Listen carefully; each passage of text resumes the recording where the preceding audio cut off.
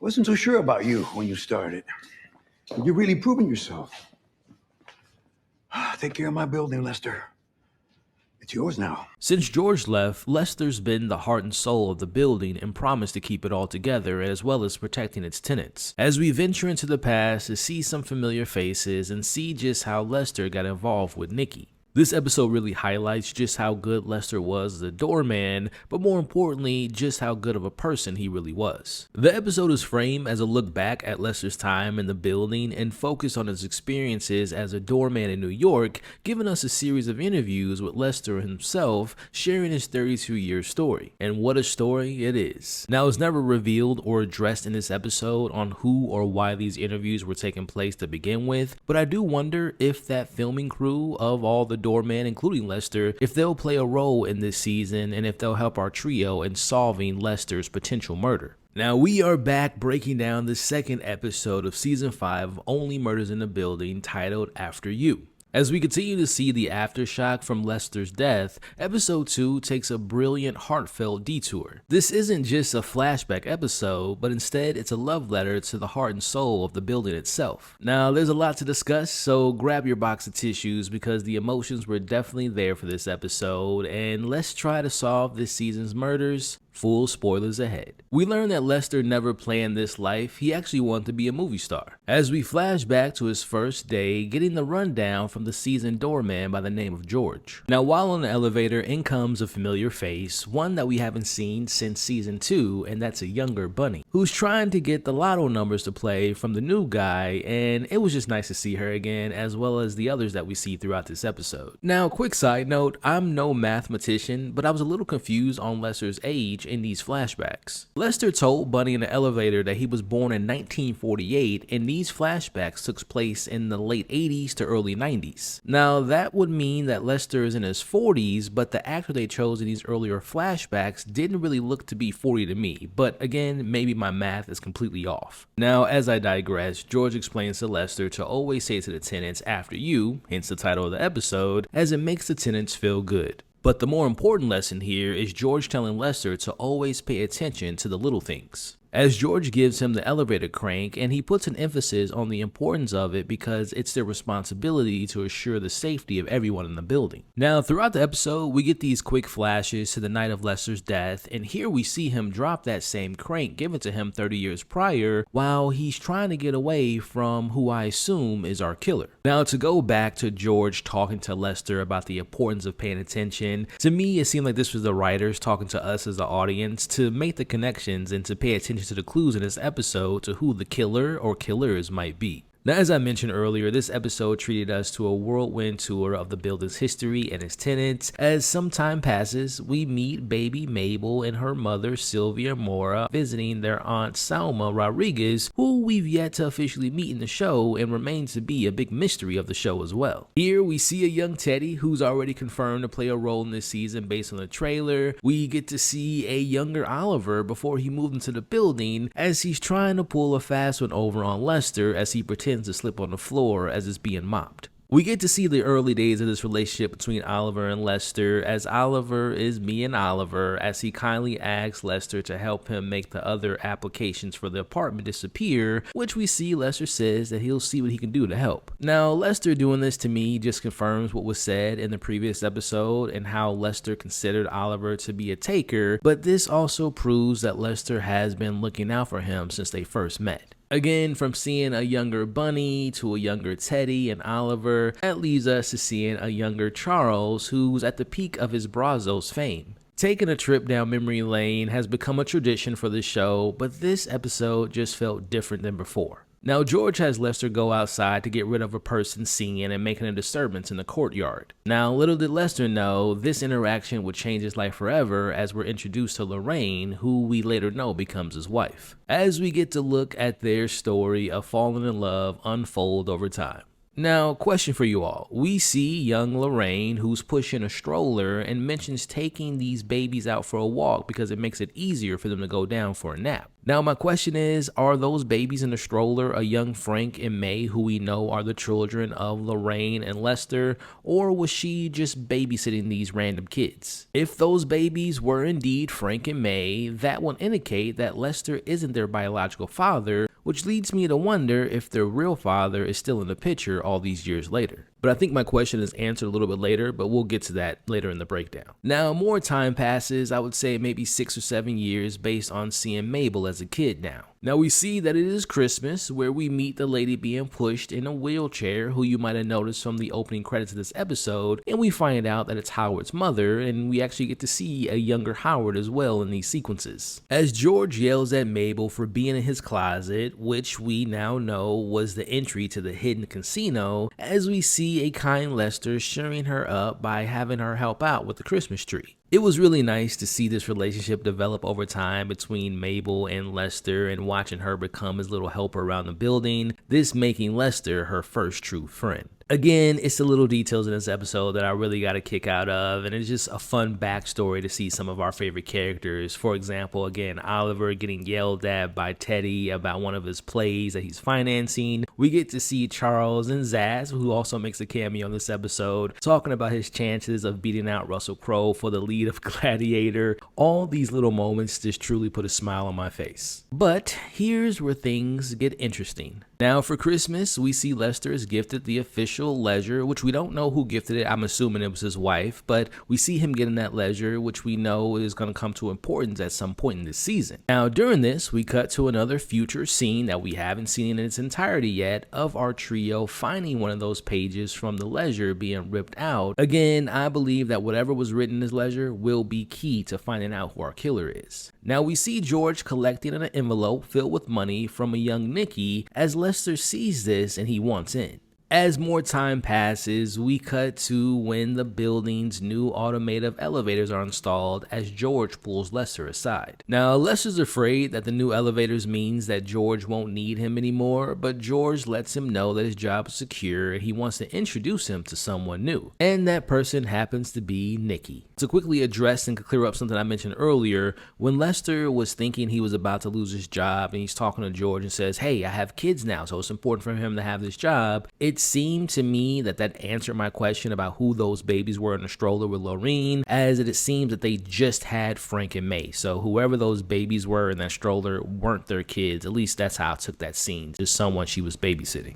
Now, meeting Nikki is the big break that Lester's been waiting for, as George is retiring soon and Lester is going to be his replacements for 2 jobs now, one obviously being the doorman, but also working for Nikki. Now, working for Nikki isn't necessarily criminal activity, but it ain't legal either, as he's told to be a discreet doorman for Nikki's secret underground casino for Saturday nights. As he tells him, it's just easy money. Now, knowing what we learn later about how Nikki feels about people wanting to quit working for him, I do wonder why it was so what appears to be easy for George to retire and Nikki being so open to his new replacement. Which, speaking of George, I would assume that as time has passed on that he also has passed away, or is it possible that good old George is still alive and he may appear at some point later in the season? Now, I also suspect that we'll be getting more information about how Nikki came across and came about being connected to the casino underground, and also probably learning more about how long these illegal activities within the building has been happening, remembering the conversation from the finale with Sophia saying to Charles that everything that happened in the building is all connected.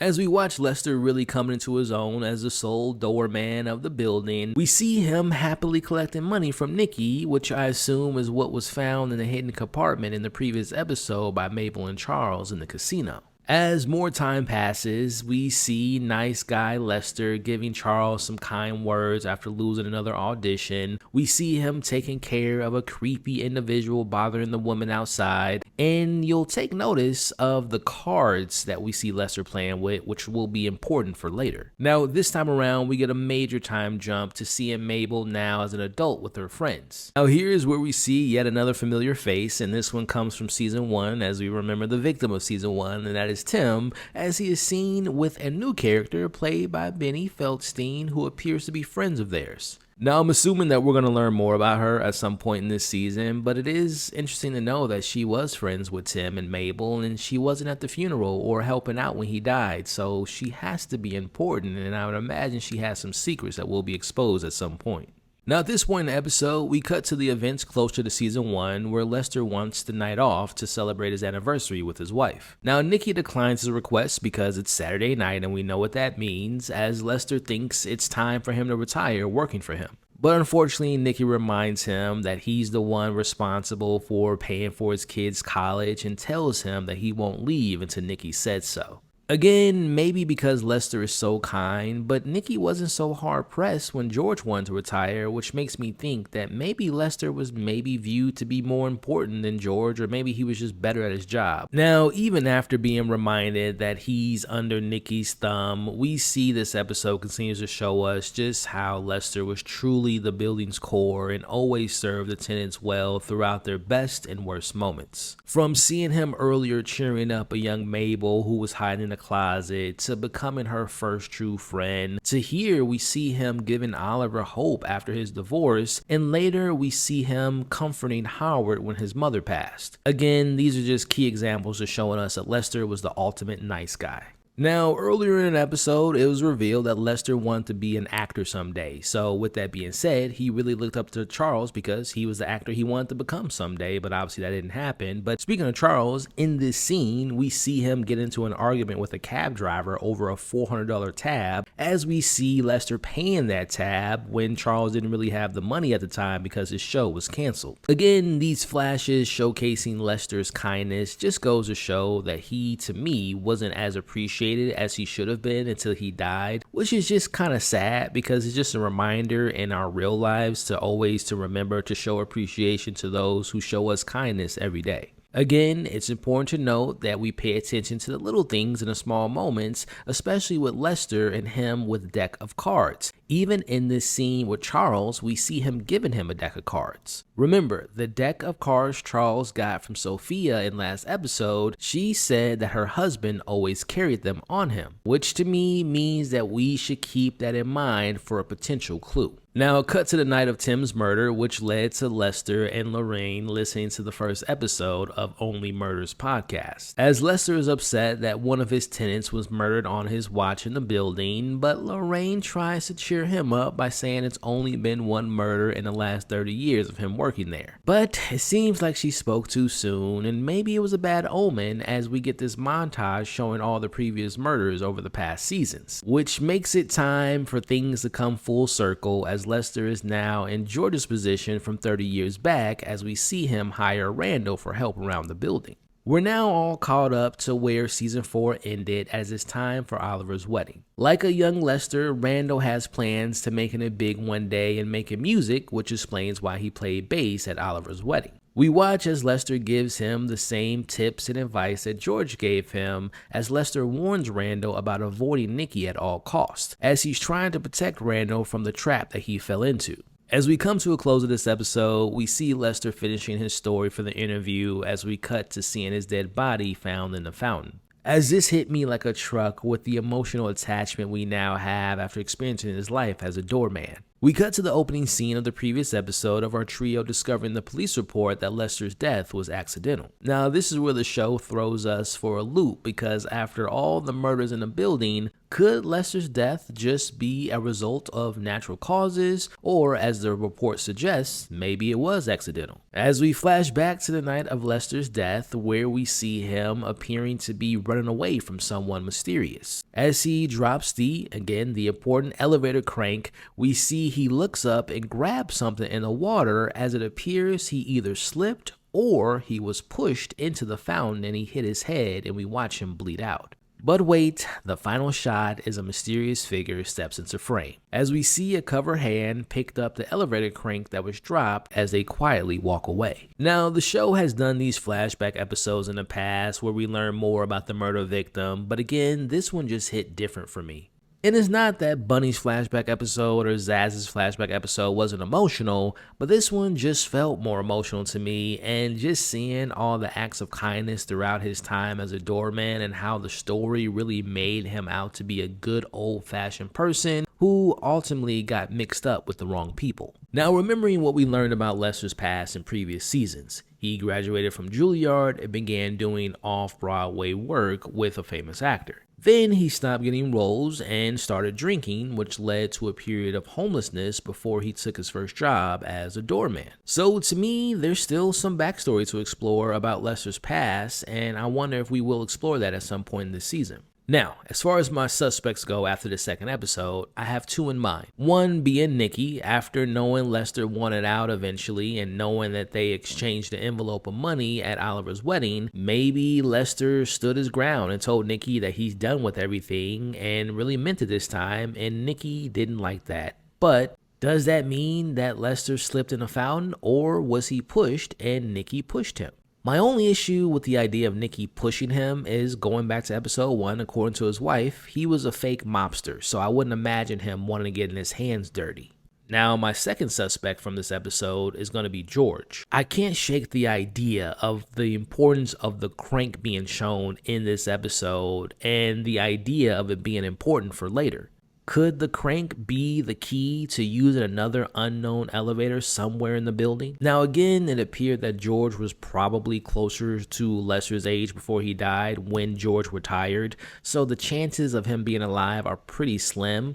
But what if he is still alive, or maybe someone close to him is somehow involved? So where my mind at is, after George retired, that meant that the money stopped coming in. He wasn't getting paid by Nikki anymore, so maybe someone he knew was affected by the money stopped coming in, and they took it on themselves to confront Lester or Nikki, and maybe they are involved somehow. And I'll add one more suspect to the list, and maybe it's someone from the casino who we just haven't met yet. So overall, this episode to me brilliantly gave us Lester's whole heart, only to break it and to leave us with a terrifying new mystery. I really did like the use of seeing all the characters we've come to love, all the side characters in this episode, and I really like how they use makeup to make them look younger and not rely on like terrible CGI or de-aging technology. But again, I just like going back in the past, and also the emotional resonance in this episode really worked. Well, there you have it. That will conclude this breakdown of episode 2 of season 5 of Only Murders in the Building.